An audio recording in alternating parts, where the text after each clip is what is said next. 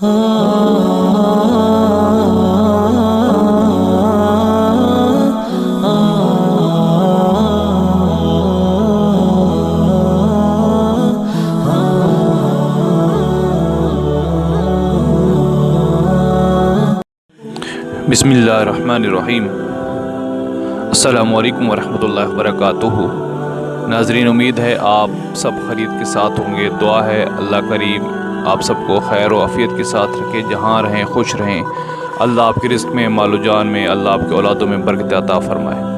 नाज़रीन मोहतरम, आज फिर एक नई वीडियो के साथ आपकी खिदमत में हाज़िर हूँ। लेकिन वीडियो को आगे बढ़ाने से पहले आप सबकी खिदमत में गुजारिश है कि मेरे साथ मिलकर एक दफ़ा दुरूद व सलाम का नजराना हज़ूर अक़दस सल्लल्लाहु अलैहि वसल्लम की ज़ात अक़दस पर भेजें, ताकि अल्लाह ताला हमें 10 नेकियां भी अता फ़रमाए, अल्लाह हमारे 10 गुनाह को माफ़ फरमाए और अल्लाह हमारे 10 दर्जात को जो है वो बुलंद फरमाए। तो पढ़ते हैं दरूद पाक। अल्लाहुम्मा सल्लि अला मुहम्मद व अला आलि मुहम्मदिन कमा सल्लैता अला इब्राहीम व अला आलि इब्राहीम इन्नका हमीदुम मजीद। अल्लाहुम्मा बारिक अला मुहम्मद व अला आलि मुहम्मदिन कमा बारकता अला इब्राहीम व अला आलि इब्राहीम इन्नका हमीदुम मजीद। नाज़रीन मोहतरम, आप सबसे गुजारिश है कि जितने भी नए व्यूवर्स हैं कि मेरे चैनल को सब्सक्राइब कर लें और बेल आइकॉन के बटन पर क्लिक कर दें, ताकि आने वाले दिनों में मेरी वीडियोस आप तक बिला तातुल पहुँचते रहें। और जो पुराने दोस्त हैं उनसे गुजारिश है कि वीडियो को लाइक और शेयर ज़रूर किया करें, ताकि ज़्यादा से ज़्यादा लोग इससे मुस्तफ़ीद हो सकें। तो चलते हैं आज के एक खूबसूरत वाक़े की तरफ कि हज़रत उमर बिन अब्दुल अज़ीज़ रहमतुल्लाह अलैह कि जब हुकूमत थी तो किस कदर इंसाफ हुआ करता था। हज़रत उमर बिन अब्दुल अज़ीज़ का दौर हुकूमत ऐसा दौर था कि उसमें खुलफ़ाए राशिदीन की हुकूमत का अक्स जो है वो नज़र आता था। वाक़या कुछ यूँ है कि समरकंद से तवील सफ़र तय कर के आने वाला कासिद सल्तनत इस्लामिया का हुक्मरान उमर बिन अब्दुल अज़ीज़ से मिलना चाहता था। इसके पास एक ख़त था जिसमें गैर मुस्लिम पादरी ने मुसलमान सुपर सलार कतीबा बिन मुस्लिम की शिकायत की थी। पादरी ने लिखा था, हमने सुना था कि मुसलमान जंग और हमले से पहले कबूल इस्लाम की दावत देते हैं। अगर दावत कबूल ना की जाए तो जिज़िया देने का मुतालबा करते हैं, और अगर कोई इन दोनों शराइत को कबूल करने से इनकार करे तो जंग के लिए तैयार हो जाते हैं। मगर हमारे साथ ऐसा नहीं किया गया और हम पर रातों रात अचानक हमला करके हमें मफ्तूह कर लिया गया है। ये ख़त समरकंद के सबसे बड़े पादरी ने सल्तनत इस्लामिया के फरमारवा उमर बिन अब्दुल अज़ीज़ के नाम लिखा था। दिमिश्क के लोगों से शहनशाह वक्त की क़यामगाह का मालूम करते करते वो कासिद एक ऐसे घर जा पहुंचा कि जो इंतहाई मामूली और खस्ता हालत में था। एक शख्स दीवार से लगी सीढ़ी पर चढ़कर छत की लिपाई कर रहा था और नीचे खड़ी एक औरत गारा उठाकर उसे दे रही थी। जिस रास्ते से आया था वापस उसी रास्ते से उन लोगों के पास जा पहुंचा जिन्होंने उसे रास्ता बताया था। उसने लोगों से कहा, मैंने तुमसे इस्लामी सल्तनत के बादशाह का पता पूछा था, ना कि इस मफलूकुल हाल शख्स का जिसके घर की छत भी टूटी हुई है।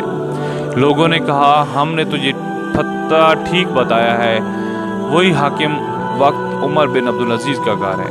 कासिद पर मायूसी छा गई और बेदिली से दोबारा उसी घर पर जाकर दस्तक दी। जो शख्स कुछ देर पहले तक लिपाई कर रहा था वही अंदर से नमूदार हुआ। कासिद ने अपना तारुफ कराया और ख़त उमर बिन अब्दुल अज़ीज़ को दे दिया। उमर बिन अब्दुल अज़ीज़ रहमतुल्लाह अलैह ने ख़त पढ़कर उसी ख़त की पुष्ट पर लिखा, उमर बिन अब्दुल अज़ीज़ की तरफ से समरकंद में तैनात अपने आमिल के नाम। एक काजी का तकर्रर करो जो पादरी की शिकायत सुने। मोहर लगाकर ख़त वापस कासिद को दे दिया। समरकंद लौटकर कासिद ने ख़त का जवाब और मुलाकात का अहवाल जब पादरी को सुनाया तो पादरी पर भी मायूसी छा गई। उसने सोचा, क्या ये वो ख़त है जो मुसलमानों को इस अजीम लश्कर को हमारे शहर से निकालेगा। उन्हें यकीन था कागज़ का ये टुकड़ा उन्हें कोई फ़ायदा नहीं पहुंचा सकेगा, मगर कोई और रास्ता भी ना था। चुनांचे ख़त लेकर डरते डरते अमीर लश्कर और हाकिम समरकंद कतीबा बिन मुस्लिम के पास पहुँचे। कतीबा ने ख़त पढ़ते ही फ़ौरन एक काजी का तयन कर दिया जो उसके अपने ख़िलाफ़ समरकंदियों की शिकायत सुनेगा। काजी ने पादरी से पूछा, क्या दावा है तुम्हारा। पादरी ने कहा, कतीबा ने बग़ैर किसी पेशी इतला के हम पर हमला किया, ना तो उसने हमें इस्लाम कबूल करने की दावत दी اور نہ ہی ہمیں کسی سوچ و بچار کا موقع دیا تھا۔ قاضی نے قتیبہ کو دیکھ کر پوچھا، کیا کہتے ہو تم اس دعویٰ کے جواب میں؟ قتیبہ نے کہا، قاضی صاحب، جنگ تو ہوتی فریب اور دھوکہ ہے۔ سمرقند ایک عظیم ملک تھا، اس کے قرب و جوار کے کم تر ملکوں نے نہ تو ہماری کسی دعوت کو مان کر اسلام قبول کیا تھا اور نہ ہی جزیہ دینے پر تیار ہوئے تھے، بلکہ ہمارے مقابلے میں جنگ کو ترجیح دی تھی۔ سمرقند کی زمینیں تو اور بھی سرسبز و شاداب اور زور آور تھیں۔ ہمیں پورا یقین تھا کہ یہ لوگ بھی لڑنے کو ہی ترجیح دیں گے۔ ہم نے موقع سے فائدہ اٹھایا اور سمرقند پر قبضہ کر لیا۔